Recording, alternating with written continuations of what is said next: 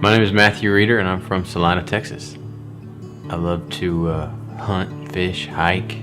I have a 2-year-old I chase around a lot, and I work as a land surveyor, which is a relatively active job.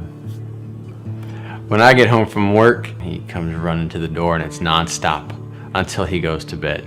He can't sit still for very long. He's 2, and we play in the yard. I told my wife when we had him, I said, "You get your snuggles in now, because as soon as he's big enough to play in the yard, that's what we're gonna do." And that's the age we're getting to now, where we can go out and start to play. So I was suffering from a pinched nerve in my neck near C6 and C7, and it had prolonged and gotten progressively worse over time, to the point where I was relegated to not doing most of the things that I really love. I couldn't do much of anything. There wasn't anything that would relieve the back pain. I couldn't pick him up. I couldn't sit. I couldn't sit with him. I couldn't lay down. All of these things were painful. All the things he wanted to do, I couldn't do. I lead a pretty active lifestyle. I work in a fairly active job of land surveying, and you know, in surveying, I've got to be able to do physical tasks.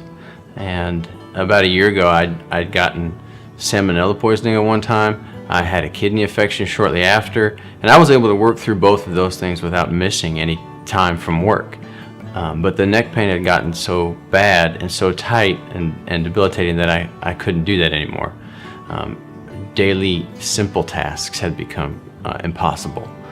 Sitting was painful.